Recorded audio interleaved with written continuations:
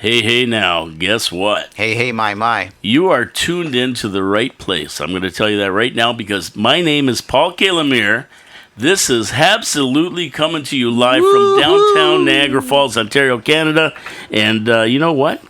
I have my co-host here, John Fillion. Bonjour, mes amis. And I have our guest, and he might as well be a co-host now. We get him here every week. We love the guy. Drew Deeks, the superstar from YouTube.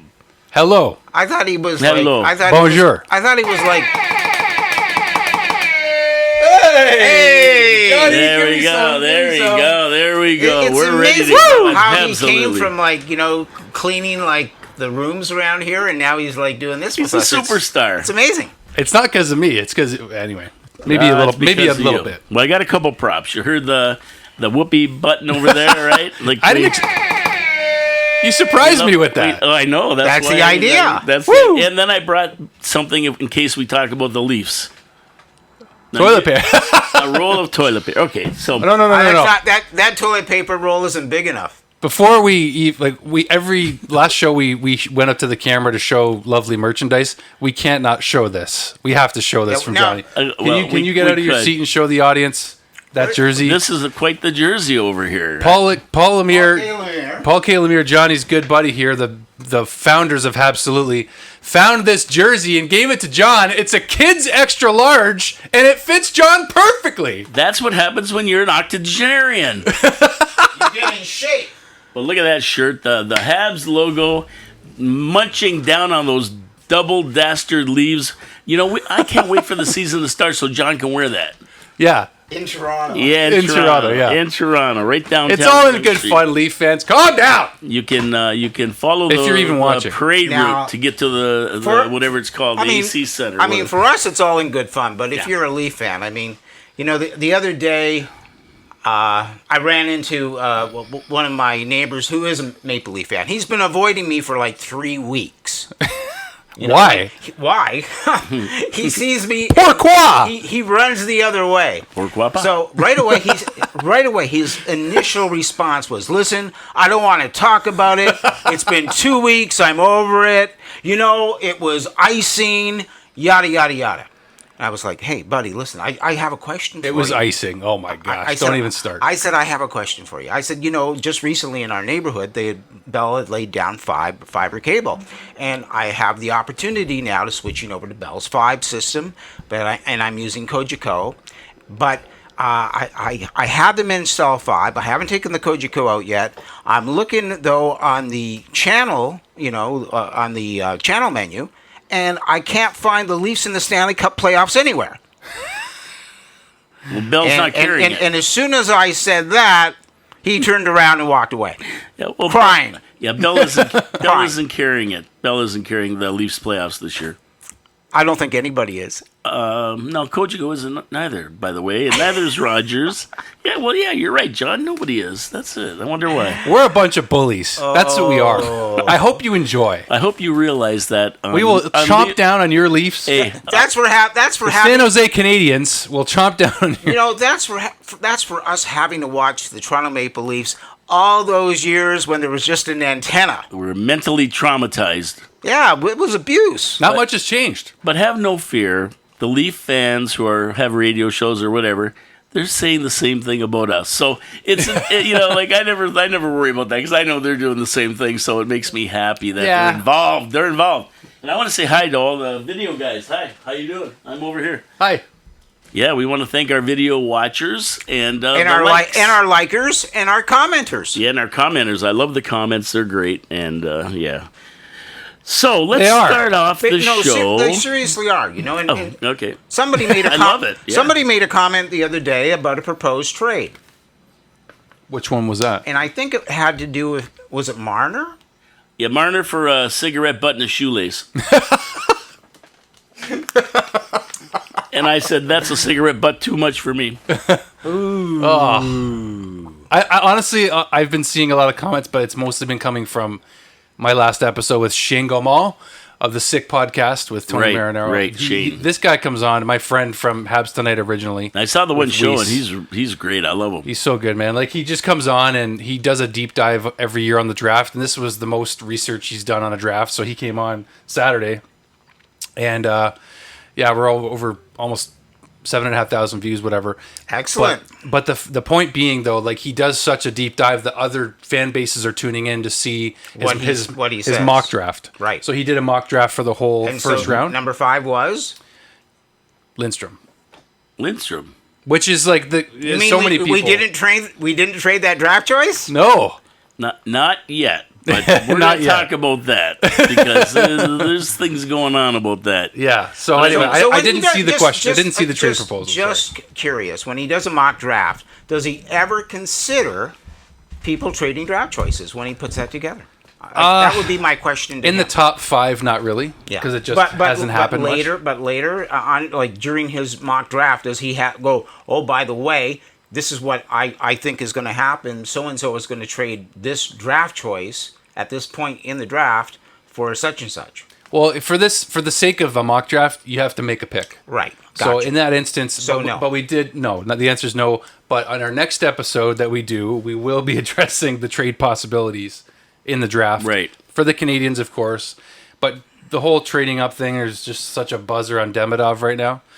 But, I mean, the fact is he really should not be available. He shouldn't be available at 5. No, he won't. Or the fact that people are. I had 2 commenters. Let me tell you this trade proposal really quickly while it's on top of my nugget or my noggin here. My nugget.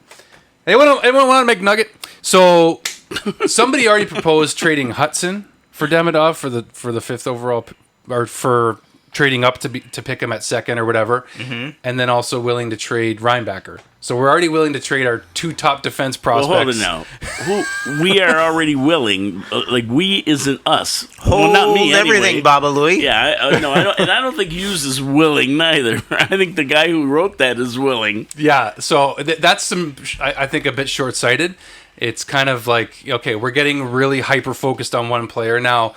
If, like my friend Shane said, if Demidov is going to be the next best Russian since Alex Ovechkin, which that very well could be the case. Mm-hmm. Yeah. He's a lot better than Michkov. You know, I'm not saying this from my vantage point. I haven't watched enough of Demidov to say that. I've watched some of them, and I'm like, okay, this guy is uniquely talented, and there's no player like him right now.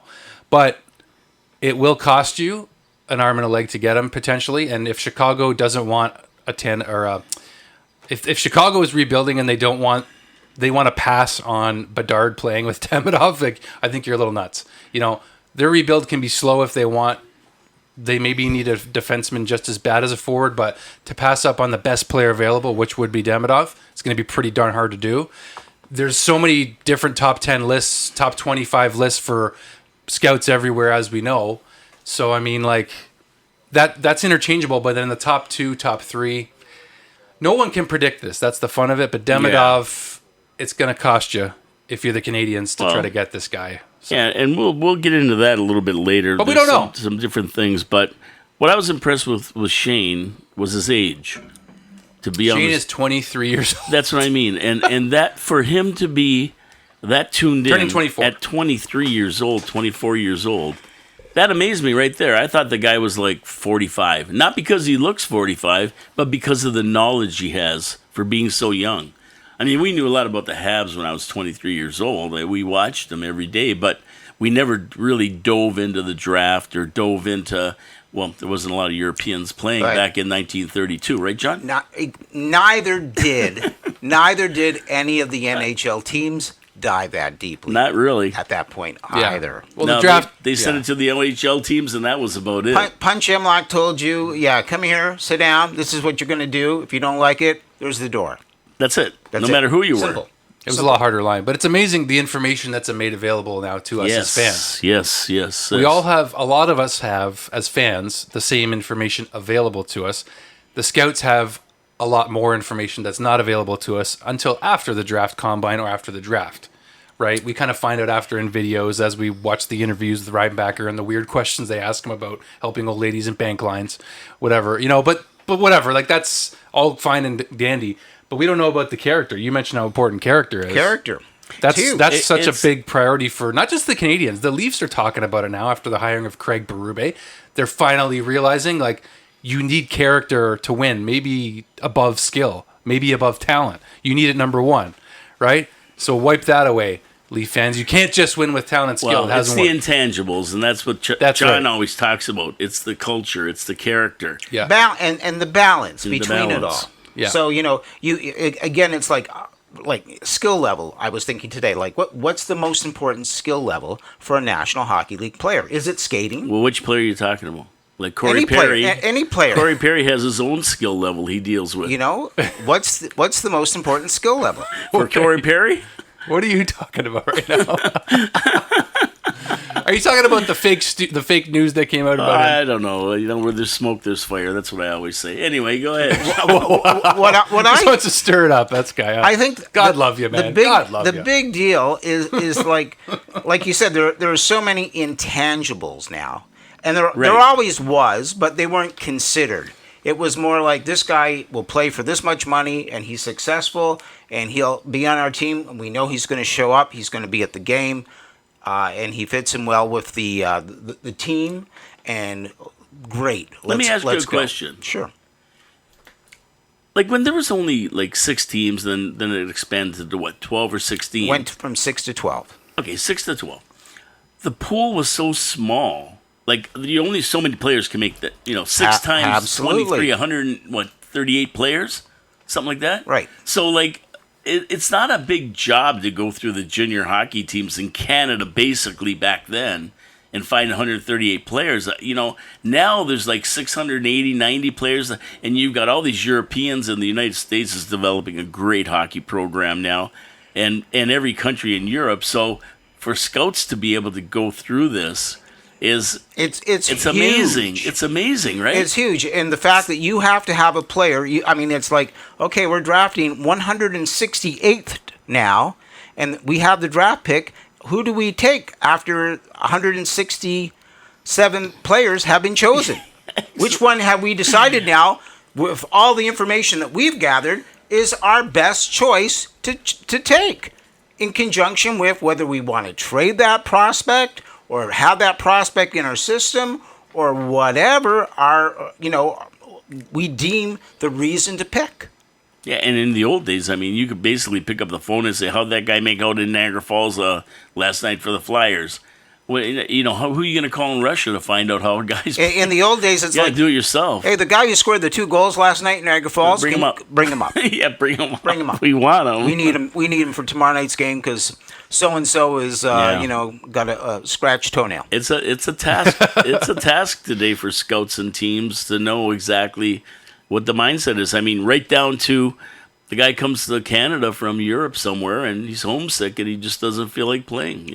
Absolutely. These are like you say, the intangibles that really the guys never had to worry about. Think about right now with the Canadiens. Okay, so we have a guy right now named Slavkovsky, who we really are. He's the guy that he's the key, I think, to our hockey team, our hockey team's future. We've got a lot riding on him. We're looking at him growing and becoming a very physical player for us, and also having a certain production level in 4 to 5 years with the Montreal Canadiens. Okay? Right. We drafted a guy named Reinbacher a year ago. Is he going to be able to live up to Slavkovsky's performance? Exactly. Yeah, And in saying that, we have a 5th round draft pick coming up. 5th overall. 5th overall. Who is going to I always say that too. Who is going to do that? Who are we going to choose to also fulfill that? And then, people are already talking about, Canadians won't expect to have any more top 10 draft picks over the next 4 or 5 years, because they won't even be in the position to acquire them because of where they land in the standings at the end of the season. Correct. Yet at the same point, we have a ton of prospects that at one point we will have to bring into our system. There's going to be a huge logjam. There is. What prospects will we keep? Which ones should we trade? And maybe trade them for future top 10 draft picks in 2026, 27, 28. Well, that's probably what's going to happen. We have 11 picks next year, so we'll be able to move around with our picks. But can we try and get a top 10 in 2026, 27, 28, 29? And that, if you make the right pick, will contribute to your longevity as an elite hockey team. We'll have the personnel to move. That's what it boils down to. But good picks now. But can we do it? You know what I mean? That is the challenge dealing with 32 other teams in the NHL. Yeah. So it's a monstrous job. Huge. Buffalo, huge. So Montreal Canadiens, when you're ready, the three of us are ready too. So we'll take it on. We can help out. Don't worry about it. Forget about it. So let's do this trivia. Habs trivia. Here we go. What is the lowest position in the draft that Habs have picked that produced a Hall of Famer? Just kidding. First overall. Dickie Moore. Yeah, the lowest position when they're talking about like number one being a high draft. Yeah. The lowest would be. Oh, so like. Yeah, in like 216. Could be. It could be any of them. But what is that position in the draft that Habs have picked that produced a Hall of Fame player? What position? Like what number in the draft? What person? Yeah. What number? What number in the draft? And then we'll get into who the player was. That's impossible to guess, but we can guess the 216. Player. Well, let me give you. Bang on. Let me give you a year. That might help you. Let's do a year. Let's do it. 1984. Ooh. Beware the sounding door. I can look up that draft, but I won't. Let me give you some. But I won't. Let me give you some numbers. A 28th, B 51st, C 130th, or D 207th. I'll go 207. 130. Okay. The correct answer is 51st. Our 51st draft pick in 1984 made it to the Hall of Fame. So now who was that player? Wow. Is that the guy who fought cancer? Copyright Jeopardy. but you know who it is. Alex Trebek, Habs. When I say, you'll say, how stupid could I have been? So we're gonna say it's the captain of the Montreal Canadiens, 1984. Carbonell. Patrick Waugh. No. Wow. Let's go! Very, very good. Yeah, Patrick Waugh, 1984. He got picked 51st by the Habs, and he was the Hall of Fame player who won us. Who was he playing for back then? Do you have the junior team? I think it was. I can pull it up right now. Quebec Ramparts. Right, really? That's who I'm thinking. Yeah. Hold on, fact checking here. Le Quebec. Le Quebecois, Patrick Waugh. Was he Quebec Ramparts or Rimouski? Drafted by the Montreal Canadiens in the third round, 51st overall, 19, just like you said. Yeah. He was with the Granby Bisons. Granby. Where's nice. that? That's Granby. Trois-Rivières. Yeah, okay. In the QMJHL. Granby, yeah. Yeah, So, there you go. Three seasons with them, and then to the Sherbrooke Canadiens. And one game he played in the minors. One game, because it's Patrick Waugh. They realized pretty quickly, two years later, he won us a Stanley Cup. Just wild. There you go, Habs fans. There's a little bit of trivia you might not have known. Very good. Well, as soon as I started thinking more about it, I'm like, it is obvious. It was more obvious than I realized. And I was right. You were right. Yeah. I mean, Absolutely. I would admit I would have never got it.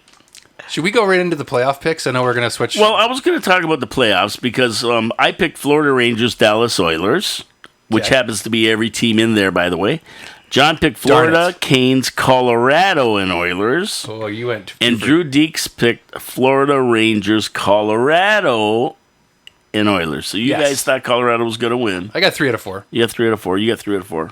You got 2 out of 4. I aced it.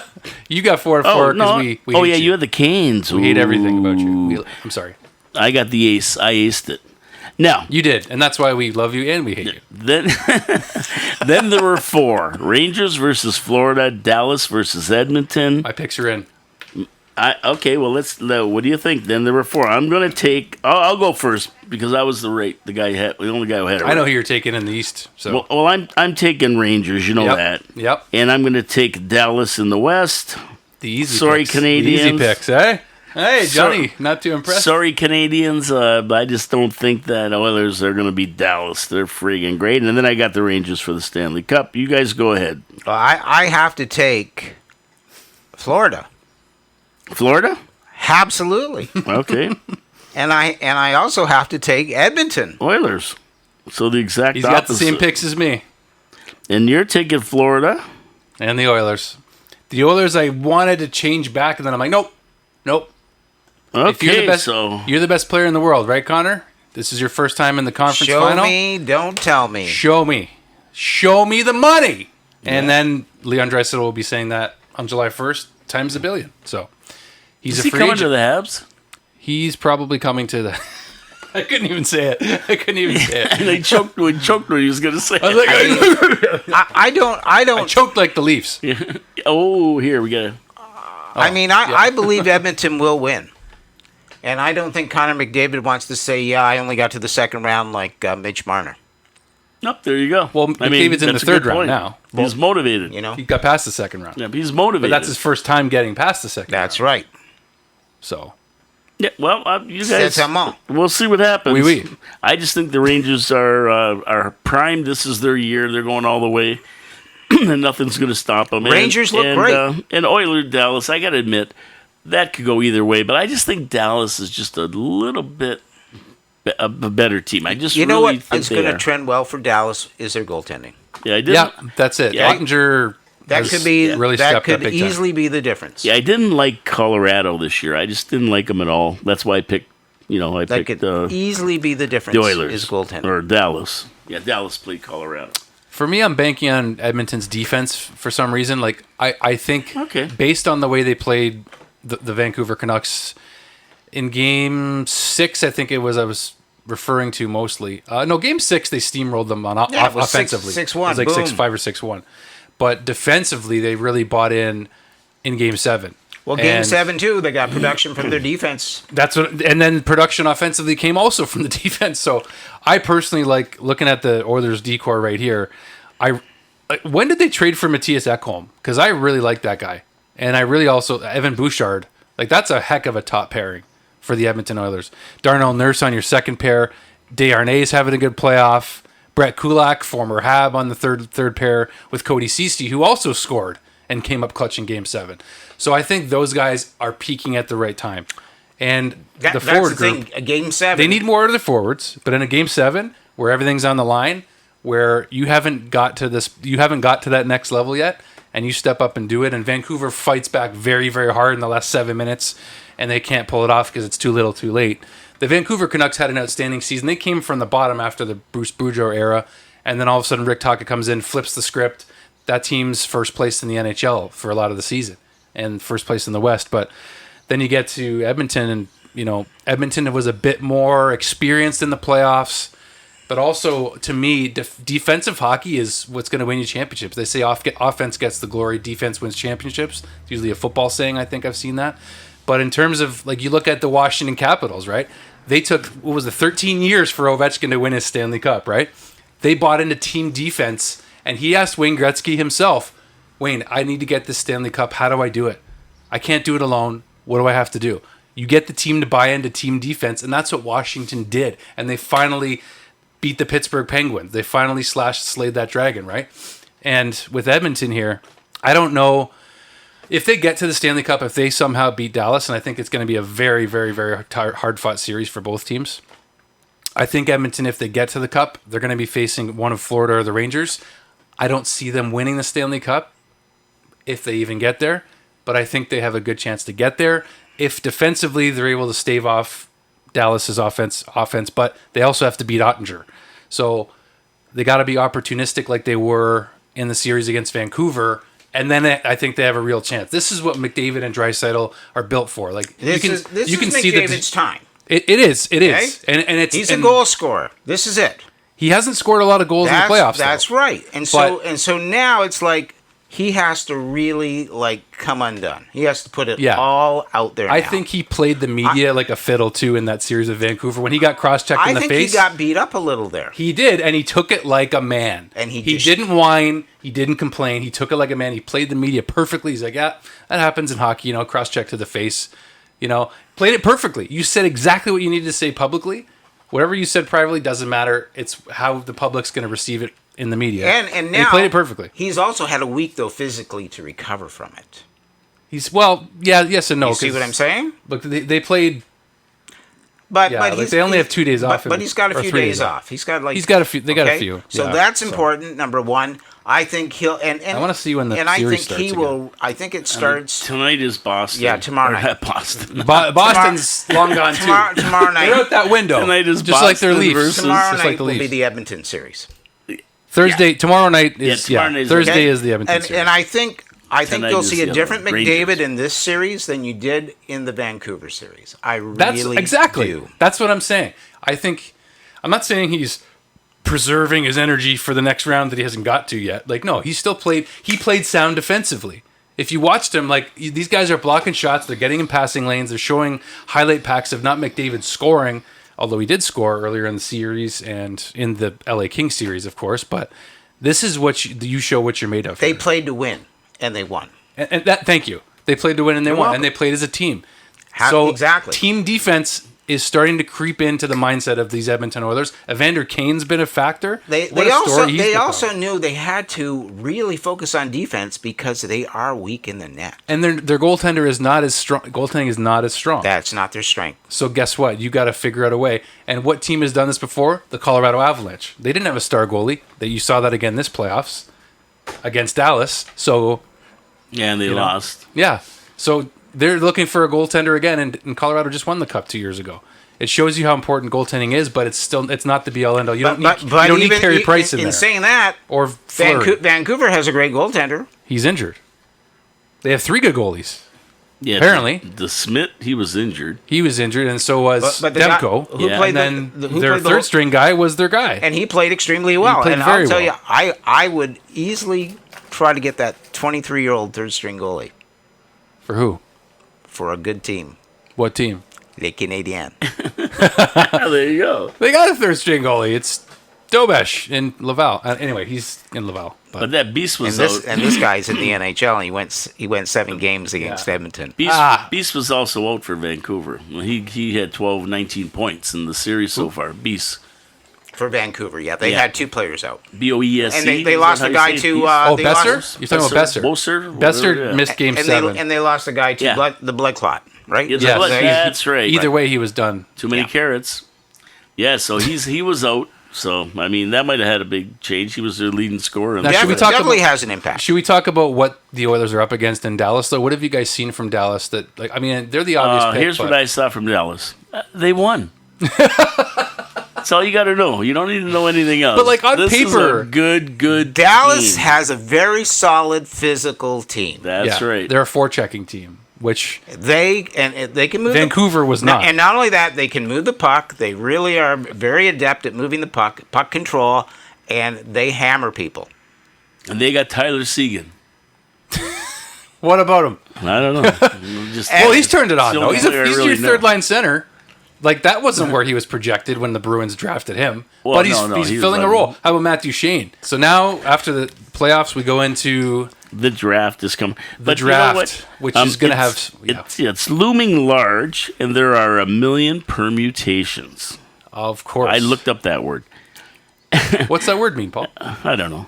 And as what I want to do today. But the only exception to everybody else is Celebrini. He's 99.9% going to the Sharks, and that's the bottom line. But as far as Habs Paul goes, Lemire said so. Here's what I read. It's probably going to happen, and it makes a lot of sense to me. Habs have the 5th pick, and they want Lindstrom. Like you said, that's who they want. I truly believe that. That they are... He's in their top I think he's the one. At the top of their list, or near the top of their list. So if he goes before the 4th pick, I think they're going to try to swing something with Columbus. Like if he doesn't go before the 4th, and try to get that 4th pick with a trade. And if they don't have him, if he's not there by 5th, they're going to trade 5th anyway and go for a lower pick and pick somebody that they want, who, from my investigation, is this Seneke guy. Yeah, Seneke's been just... And there's a guy... Thanks to Grant McKegg, but... Yeah, and there's a he's guy... 2 for 2 last 2 drafts. Named... What the heck? Grant McKegg. You actually had his name down? Grant McKegg. Yep. Yeah. No, he's not a player. He used to be a scout. He's Shane's co-host. He used to be a scout for the Montreal Canadiens, and I've seen him on there. Yeah. But he says Seneke is the guy, and he picks Slavkovsky, and he picked Reinbacher, which boggled our minds at the time, but he had him. Yep. And he says this year it's Seneke. Forget about it. Lindstrom's going to go. Habs are going to use their 5th to pick this Seneke guy up. Where did Seneke go in the mock drafts that you just conducted on Saturday? Oh, he's way up there. Yeah, he was 30th. He was down. No, 19th, he wasn't. He wasn't that high. 19th, no, he was maybe? in the top 15. Was he? Top 15, eh? This kid is supposed to be really good. And we have the 5th overall draft pick. Thank you, John. And we're going to pick Seneke? Yes. I'm not gonna. I'm asking you a question. You're looking deep into my. You a question. He's looking deep into my eyes right now. Do you think Grant is right about this one? I don't know. I mean, Grant always seems to have that sleeper that we're not like. And Arpon Basu did mention this as well. Yes, he did before. I don't know. I don't know. I don't know who said it first. I don't really care. But Arpon Basu was saying, just get your minds around the possibility that Seneke could be a player they're really strongly considering. So I asked for a comparable for Seneke, with Shane, and he said Jason Spezza in his heyday. So it's tough. It's really tough because you just don't know what's available at 5. So how can you realistically... We're trying to project based on if Lindstrom's not available at 5. Correct. So if that's the case, Seneke or Iginla... Who's got more intangibles? Iginla's just got that warrior blood in him, though, and a lot of fans are really impressed by Iginla. Yeah, but Seneke is kind of a new name that we're getting used to more and more. And I've kind of been looking over everything and all the chatter and everything else, and the 2 guys that I see are Iginla and this Seneke. They're the guys that I hear the most about. And are the Habs going to take one of the 2? Yes. I would have no problem if they did. And I wouldn't even care about Seneke. I mean, he's 6'2", 180 pounds or whatever he is, right? He's scores well. He's a good skater. He's an all-around player. I would have no problem with that. I mean, so either way, I'm happy. Whether Grant's right or in April Basu or whatever his name is. Arpon Basu. Yeah, close enough. Seneke's playing April for who Bassinger. right now? The Oshawa Generals. Yeah. So, hey. He had a great playoff and then he got hurt. Hey. That's just what I've been hearing. I don't know what you guys think. Yeah. But then the other guys say they're going to move that 5th round pick. If Lindstrom isn't available, 5th overall. They're moving the 5th overall. Yeah, 5th. Like, why do I keep saying Well, that? if they move that 5th overall pick. Good going, John. We're getting there, guys. They are going to have and like if they wait till and the 4th round pick is Lindstrom, and now they say, oh, now we got to move the pick. They're going to have that pretty well in play before they actually do it. Yeah, they're going to be a few moves ahead, right? Like they're right. It's going to be they'll discuss that with whoever, and what will be their goal by moving that 5th round pick. 5th overall. That 5th overall pick. Yeah, well, I think what will be the goal? I think it'll be the goal will be to move it for a better player that's already established in the NHL. It's going to be like a trade thing. For example, so you think they're going to trade for an existing player with a contract in the NHL? Yes, like a new hooker, like a restricted free agent, like maybe a guy like Zegras or something like that. Zegras is long gone for me. I'm off that train. Well, you never know, though. I mean, who knows what Hughes has? But I think that's going to be what they do with their 5th round pick. Or are they going to try and take a lower overall pick? Or yes, it could be that. Take a lower overall pick so they could pick Seneke and also try to offload some cap at the same time. Or some defensive Well, it would prospects. be the other way around. If we're giving away a 5th round pick, we would get something for that. But maybe we want to offload cap so we can unload some players. Yeah, Gallagher in the 5th round. Well, a lot of people are talking about guys like. Well, I mean, you know. I mean, there are a few people that have some contracts, like Anderson, that we might want to move. We definitely want to get rid of him. Well, before we get into who's going to go off our roster, let's maybe try to see who's going to come in. Now, that's easy for me to say now because the whole thing here is, are they going to trade or use the pick? It's crazy to think they're going to trade it in a sense because you're going to get a really good player at 5. We really don't know until we get to that friggin' draft. And that's why it's fun to speculate because there's so many possibilities still, like true. You said. But what Pierre McGuire said the other day on the... What Baldy say? Yeah, what on the eye test was that he believes... Now, I was surprised by him saying this because I don't think the timing is right. Just going by the way Hughes and Gorton are building this team, is that the Habs are going to be big game hunters in free agency. I don't know why he said that. I think they'll be big game hunters at the draft. So that means they may trade the pick. They may just fall in love with Demidov, and they may be willing to part with a whole package for him. Who knows? They may trade that 5th overall pick and draft lower for a player that they want. Maybe get 2 players that they want in the top 25 or something. Who knows? But I think that they were... I think the more realistic... Based on the way they've done it, the last 2 years, who's available in free agency anyway that we're really willing to overpay for? I think that they're going to be big time players at the draft. That's what they've done the last 2 years. Why would we believe differently? You want to keep your cap room open, first of all. You don't want to go and select a big free agent and blow your cap away, not knowing exactly if that free agent that you pick up is going to be able to contribute to your 5-6 year plan, number one. Number 2, picking 5th overall. Thank you. There should be opportunity to pick 3 or 4 forwards that are on your list. And then it's just a matter of which one is available that you think provides the best asset for your team. And that's who Montreal Canadiens are going to pick. Yeah, I agree, John. I don't see giving up the 5th round pick unless there's a deal that is so in our favor. It has to be in our favor. So it has to be like an over the top deal. It because has to be. As we spoke of earlier, this may be our last opportunity to pick so high in the draft. It should be for the next 6 to 10 years. Yes. It should be. Should be. Unless, like I say, we start to trade prospects for draft picks.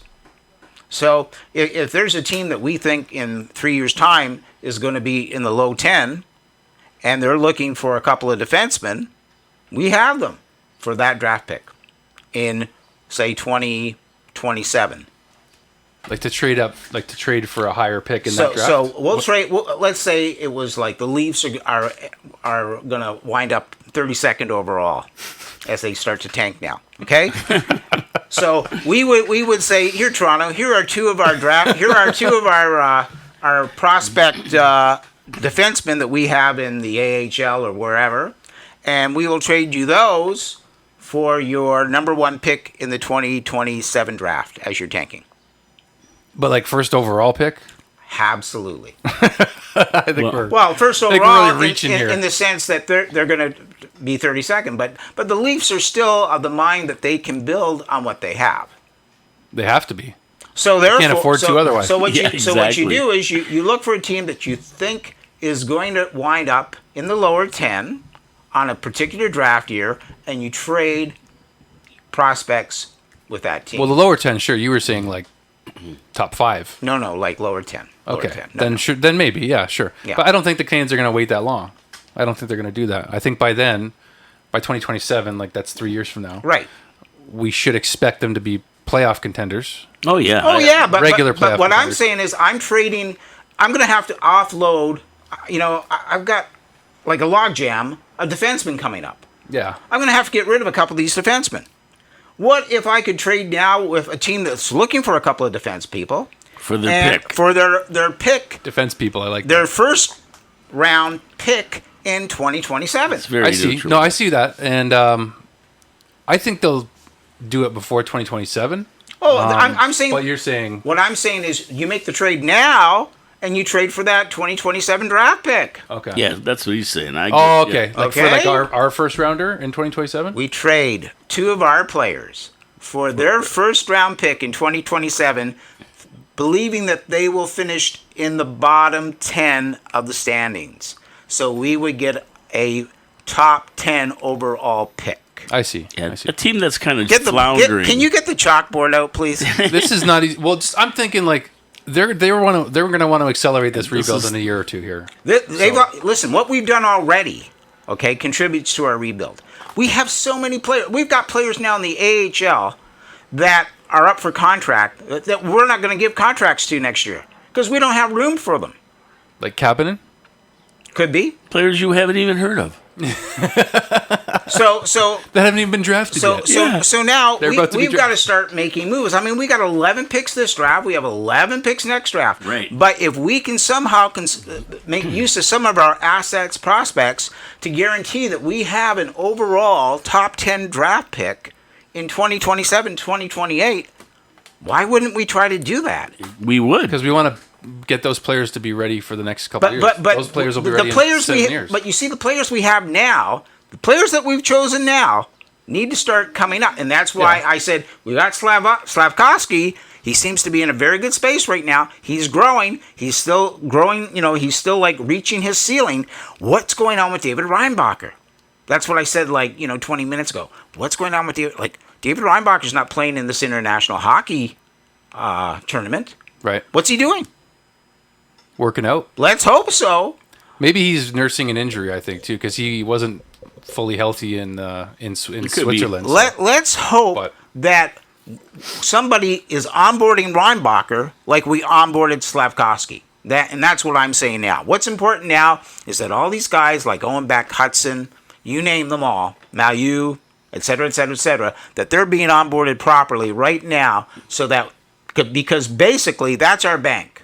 Those are the players that we expect to be skating in 2026, 2027 with the Montreal Canadiens. Right. Are you trying to start the next rebuild already? Is that I'm preparing for it. Absolutely. You're preparing for the next So there's not really a rebuild. It just continues to go. I think we're in the perfect opportunity with all this acquisition that we have to take advantage of it. I think we have a brilliant opportunity to have like a 10 to 15 year dynasty if we do it correctly. Yeah, this is being proactive, now not I see reactive. Now I see where you're coming from. Yeah, okay. It's like big picture. Now that makes sense to me. I like that. This is very, very futuristic management planning. I mean, we started. Not everybody can do this. Seriously. Well, no, not everybody can do this because not everybody has what we have. We have this big. It's like you go to the market. One guy's got like a huge basket of apples, and the other guy's just got a little one of those carry things. Well, we've got the basket. The basket. I think I keep going. No, I'm mesmerized. No, it's exciting. And you know how we talked about at the beginning of the program, when there were only 6 teams, and I need a player who scored last night in Niagara Falls. Okay, we'll send him over. We'll put him on the train and get him down to Boston real quick. Boston's not in the playoffs, by the way. Absolutely. Fun fact. Absolutely. So sad. Too bad. But that's where we're at. Are we getting too fixated? Are we getting too fixated as a... Go ahead. This is a beautiful thing that we have going on, and we've been saying this for a long time. Like the basket is so full that we have so many different permutations. How do we know how many of these guys are going to work out, though? We don't. We don't care. That's the whole. Well, we thing. have to care. No. But the legend. We don't know. But you know what? What I'm saying is now protecting that process. So now, if you drafted David Reinbacher, what was he drafted? 7th? 5th overall. Don't forget that word. Then so proud of you, John. We have expectations for that. Right. But are we getting, maybe am I and some of us getting too ahead in our expectations for this current rebuild by suggesting we need to make all these trades sooner than later? I wouldn't be worrying about... They're going to make one I wouldn't worry about so much trying to bring in an elite forward today. Like a free agent? No. because we're not ready next year. I mean, a lot of people are talking we're not even making the playoffs next year. So why do I want to bring in a top goal scorer for next year if I'm not making the playoffs? That's why you wait another year to get Kaprizov in 2026. And you also bring it, if he doesn't get re-signed. And what you are also waiting for, though, is you're waiting for your assets to grow. Okay? You're waiting for, like, the Slafkovskys to, like, build their game to be a better game. And a Reinbacher, exactly. He's very key in this. And then you're at one point going to look and say, Cole Caulfield. And Lindstrom. Right. Absolutely. Absolutely. I thought we were taking Seneke. What are we talking about? Well, if Lindstrom's available, we're taking him. Yeah, absolutely. Okay. And so at one point we'll have to look at Cole Caulfield, who's struggling a bit right now in the IIHL. Well, he got 4 points the other night. IIHF. Yeah, he had player of the game the other day, but sure. He got 4 points. But will he be part of that trade that brings that elite goal scorer 3 to 4 years from now? Mind blown. That we need, that will put us over the top to win the Stanley Cup. Okay, now so Caulfield's not part of the rebuild. Okay, no, I didn't say that. Now, let's get back to Baldy McGuire. Right? Yes, because I love talking about Baldy McGuire. Right? Okay, the guy who knows so much that nobody hires him. Well, the Sick podcast hired him. But yeah, to do a podcast, but not to be a general manager. Think about it. Think about this. Who in their right mind is going to sit at center ice with no glass? Yeah, exactly. Okay, that's all I'm going to say. Baldy McGuire. There you go. That's who. But I do agree with one of his things about Montreal's going to be a big part of this free agency, because I really do think they're going to pick somebody else up. I know we're talking about all the other stuff, but there's 3 things here. And the one guy that's intriguing me right now is Stammer. It really is, though. Think about this. Tampa's only sitting with $5 million of cap space, and he's a free agent. So they might not have enough money to sign him, Tampa. They're going to have to do a major shuffle to sign this one guy who's 34 years old. Now, he had 81 points last year, and I'll remind you that nobody on Montreal Canadiens had 81 points last year with 40 goals. We didn't expect them to. Right? But yeah. But they didn't. But Stammer did. And he has connections to Montreal. MSL and Vinny Lecavalier and him won a Stanley Cup together. And they might be tugging on Stammer to come on over to Montreal. So they got his number. We know that. Like, so yeah, so like. But what is that? Why now? Why now for him though?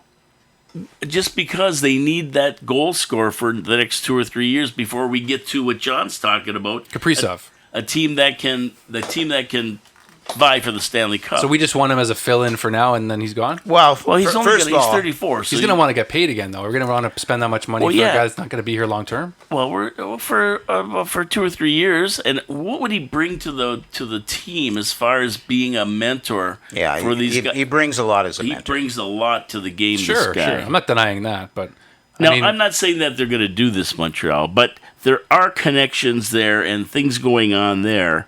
If they did that, and this is my question to you guys, John and Drew Deeks over here, would you be shocked if they did that? Yeah. You would be? Yep. It depends what they would give up. Well, he's a free agent. Well, he's a free agent. Well, if he's they're going to have to give up dollars and term. I don't want to spend the money on him, personally.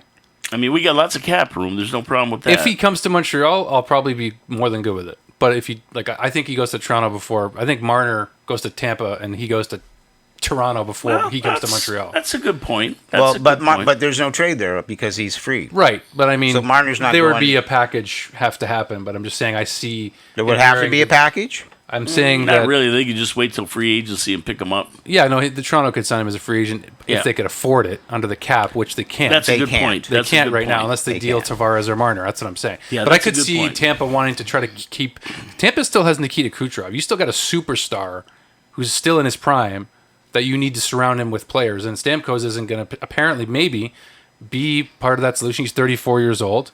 Marner's still really young. He's 26, 27. Like Tampa, it would make all the sense in the world for Mitch to go play in Florida in the sun. But in terms of the Canadiens and a free agent this summer, like I'm just looking at the list, and Stammer's at the top of the list. You got Jacob Voracek, who's a right winger, 34 years old on Utah. Sam Reinhart's going to get paid because he got a 50-goal season. He's going for a Stanley Cup right now. Yep. Jake Gensel, Adam Henrique. I'm only naming forwards. These guys are all 29 and older. Anthony Mantha, big body player. I could see Anthony Mantha being a better fit with the Canadiens at 29 years old, a big body forward who can jam, who can play hard.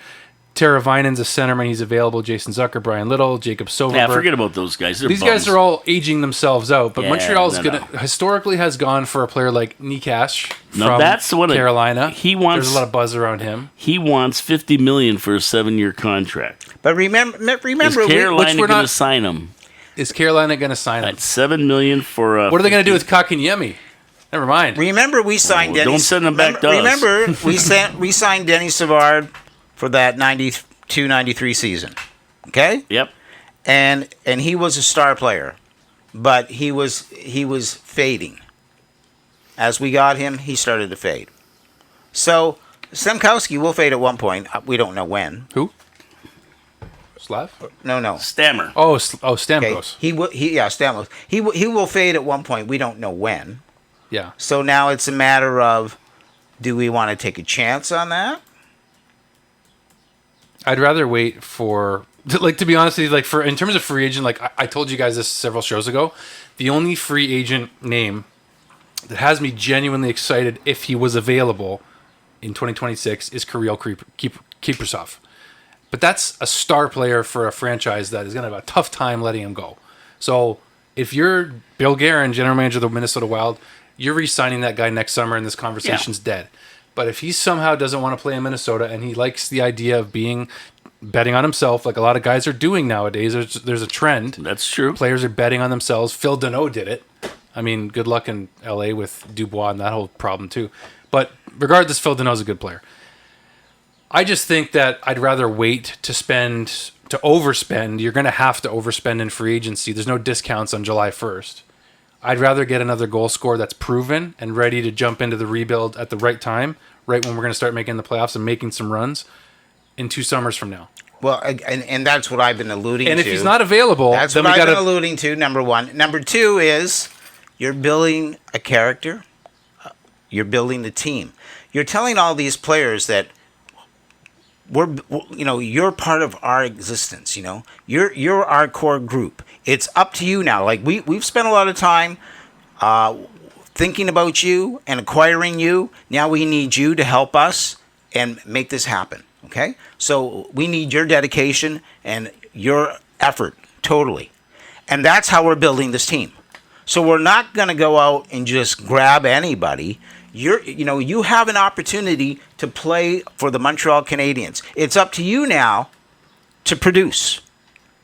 That's how we built this team. I think it can be very disruptive when you start bringing in, we'll call them outsiders. I think what would be nice to look at, I think what would be nice to look at right now, and it actually makes sense because it's more realistic, is, and I just thought of this now, is a list of the RFAs available this summer. Guys who don't have contracts that are restricted free agents who we just got an RFA in Kirby Dach. We just got an RFA in Alex Newhook.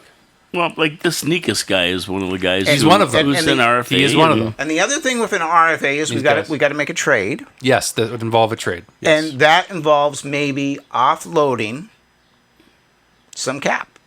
And some defensemen. Well, I don't know if we'd have to offload cap to be able to get an RFA. We have enough money to sign them, but I think in compensation you're saying roster players? We can use that. Yeah, like we have if we can offload Anderson or Gallagher, maybe, but I don't think they're going to be offloaded this year. There's too much. I don't see Gallagher moving from this team right now. Gallagher's playing fine. But don't you have to give picks away if you sign an RFA? You have to give picks. I don't know that it's a prerequisite or not. I think you do have to. I mean, I can see Anderson being moved. Yeah, if they find a good spot for him, somebody wants to take him on, like, sure.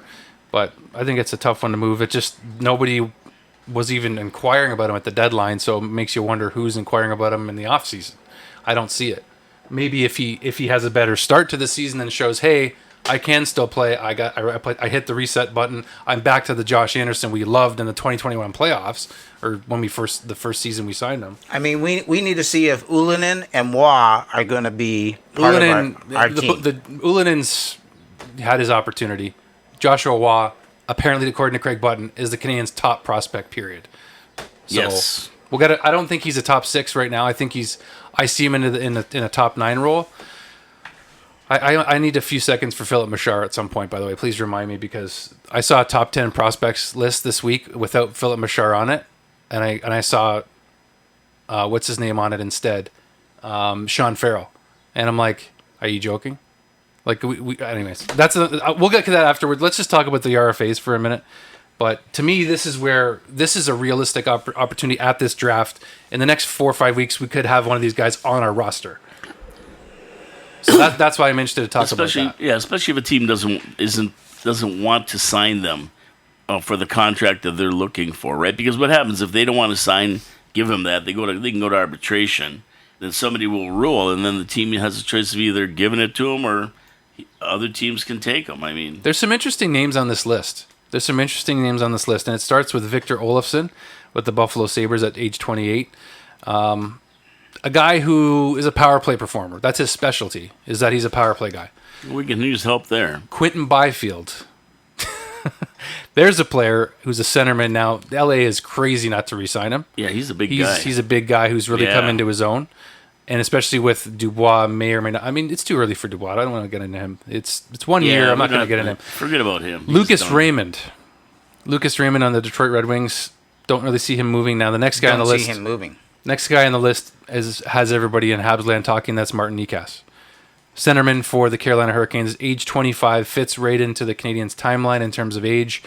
Size? His size, yes. And his cap hit was $3 million. Right around the Kirby Dach amount. Like right on the Kirby Dach AAV, which is around $3 million. No, now he's looking for $50 million for 7 years. Well, maybe. That's great. But you haven't proven. But is Carolina going to sign him for that? I don't know if Carolina will sign him for that. I don't know that they will. I don't know that they have to. They're going to have to move on from some players. They're talking about maybe acquiring Marner too. I don't know. But Casey Middlestat's available, currently needing a new contract. I don't know that I'm crazy excited about him. Alex Turcotte, Dylan Dubé from the Calgary Flames, Capo Caco from the Rangers, who's currently on a Stanley Cup run, Kent Johnson at 21 years old with the Columbus Blue Jackets, Matty Beniers, Isaac Lindstrom, Baron Hayton, who just got traded to... Oh, no, sorry, he's still with Utah. I was thinking of Byram. He's with Buffalo. But Cole Perfetti, he's staying in Winnipeg. There's no moving on from him. But these are the kinds of players in this list that... I mean, you can keep going down. Zadina, remember he was going to fill Montreal's net with pucks? That still hasn't happened. Yeah.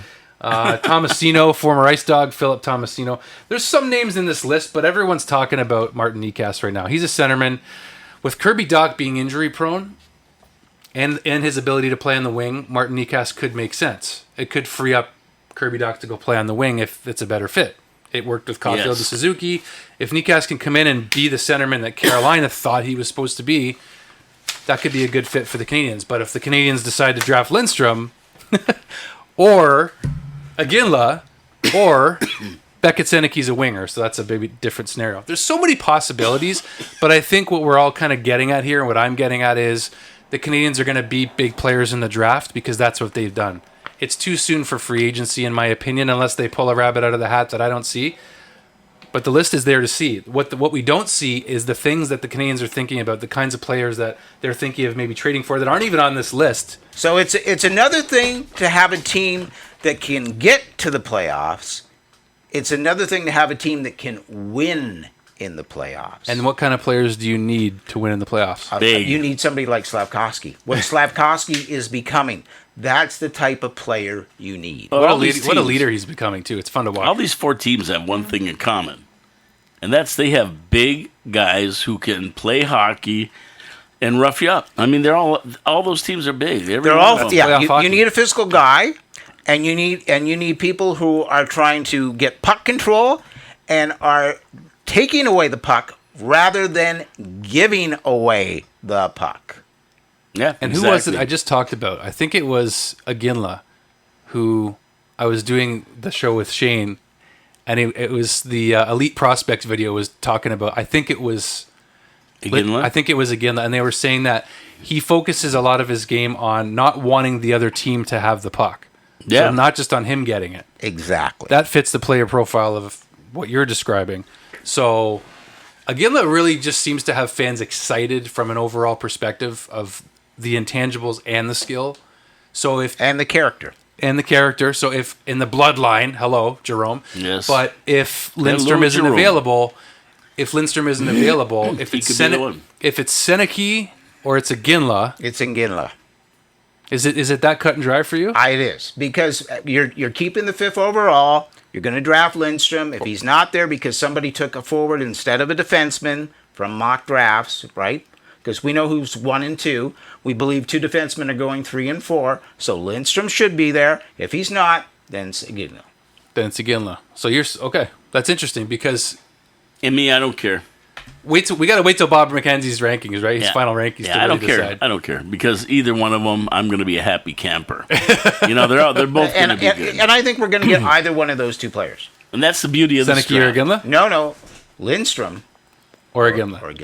There you go. Lindstrom or Iginla, right here. Well, there you go. John Fillion, folks. That's it. McClegg or whatever your name is. Listen to Johnny Boy. He knows what he's talking about. Yeah, Grant's a little. So. If Johnny knows what he's talking about, le troisième étoile de la semaine dernière. Who are your 3 stars for last week? Slafkovsky, obviously, is playing extremely well over in the international... Double IHF. Mm-hmm. So, World Championships. What tomorrow at 10 o'clock, we'll all be tuned in to see Slovakia beat Canada. That's the first time you hear a Canadian hockey fan say that. Could be. I'm quietly cheering for Slovakia. Exactly. How could you not? I hope Slav knocks the piss out of us. I hope he runs Gooley down. Gooley the goalie. Can you picture that though? Like they're gonna go at it. They're gonna go at it. Oh man, that's gonna be fun. It's gonna be a good game. Great. It's gonna be fun. I mean, I'm looking like there's a playoff game tonight. There's a playoff game tomorrow night. This is the game I want to watch, Canada and Slovakia, and I want to see Slovakia win. It's the biggest. And I want to see Slav have his best game yet of the tournament. He's just going to be juiced up for that game. He's gotta be. Yeah. Well, he's going to go. How crazy. can he not? For Habs fans' sake, it's the game of the week. It is Absolutely. Forget the playoffs. Absolutely. Because we're not in them. So here's what I got. I got Caulfield because he had 4 points against Latvia, leading the Canadiens to a 6-3 win. Slafkovsky for continuing to represent. I think he's got a point a game. And Gooley, he's playing big minutes and getting points. So all those 3 guys, right from the Habs. Did we talk about Pizzetta last week cutting his hair? We did not. No, he cut his hair off. So I give him a star for that. His girlfriend made him do it. No, he's like Samson. I give him a star for that because he donated the hair. Oh, that's good. I hope he grows it back though. He needs to have that maniac look that the hockey junkie always puts on there. Matt always. I told him to do that, by the way. Did you? I sent him that clip and you got to use this, and he did. Oh yeah. So he donated his hair to make wigs for children who have cancer. Oh, good for him. And he also raised, I think, at least his goal was to raise $3,500 through Facebook for cutting his hair towards cancer as well. Obviously, it's something that you and I can consider at one point. Well, you can consider that. Well, we're praying good health on you guys for another 25 years. Maybe when we have Michael Pizzetta come and visit Habsolutely, we'll do a cancer drive. Welcome to the show, Mike. So keep growing your hair. Me? I know. I'm sitting here with a buzz cut. I know. Keep growing your hair because all right. We'll get in the chairs. Yeah, okay. And I'll be the biggest fan and spectator for that event. I'll donate. Okay. But I won't donate my hair. So I give Pizzetta lots of credit. It's the last thing I have to hold on to. I give Pizzetta a lot of credit for that. Good shout out to him for and sure. The other shout out to Pizzetta, I got another shout out, and that's to the Rumor Mill for making this a terrific draft year for all their goofy predictions. And that includes us. Yeah, it does. We get another shout out this week, right? We're getting Celebrini. We're going to be celebrating Celebrini. Who knows? Hey, I would put nothing past Hughes. We're trading the first two lines. He knows how to for celebrating to make deals. That's what I mean. Like how entertaining have they made it for us? Awesome. Like your first draft as a GM of the Canadiens, and you take Slavkovsky, and the fans are like shocked at that for the first little bit, and then Shane Wright drops to 4, and then all of a sudden they announce 2 trades in the Bell Center in Montreal after they've already got the first overall pick, and we're coming down from taking that in, and then they trade for Kirby Dach. Like, that's pretty amazing way to start your tenure as GM of the Canadiens. And then the next year, they knew they were putting on a show. Absolutely. Like, they knew you're in your house. You're in your home. Yeah. Right? You're in your house. Like, that was awesome. Next year, Reinbacher. And Newhook. Yeah. So this year, I wouldn't put nothing past anybody. What do we got this year? Iginla and Nikas, right? I don't know. We have to wait till the final episode on January 28th. Might be first. He's a powerhouse. He's a power forward. You talk about power forwards being available. Lindstrom's the best power forward available in this draft. And that's what we need. He's the deal. If we can get him, he's our Byfield. We need players. Yes, we need players that are going into the corners, shaking it up, grabbing that puck, throwing it out in front of the net, and giving it to someone other than Cole Caulfield because he's getting traded. Gallagher will put it in. you give the puck to Gallagher. Caulfield's in front of the getting net, traded, it'll so go in. He's not right. Gallagher will be here. Caulfield will not be. Cole Caulfield, he's having a very difficult time. I mean, he had a difficult year with the Canadiens. Really? He had his best point production of his career. It's not all about goals, John. What's he been in the league for 2 years? Exactly. So give him some time. He's doing great. But I think he's having a difficult time playing in this tournament. In this tournament, sure, but like, so will he stick on that line with Suzuki? We talked about it. We talked about it, and that's a good problem if he isn't, because that means they got even better on the first line with Kaprizov. Kaprizov or Dach. So we shall see. Or Lindstrom. And on that note, that's right. We're gonna close this out because next week is another week to argue about this, because I don't think and I'll win. I don't think there's going to be any winners and losers in this. Believe me, we can talk winners. All we want, but there's winners and losers, and it ain't no big deal. What song is that?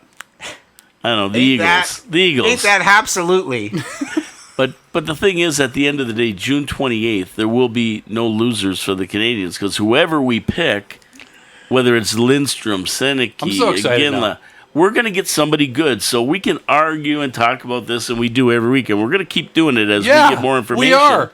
But at the end of the day, we all know one thing, and we can agree on that no matter how much we talk about it.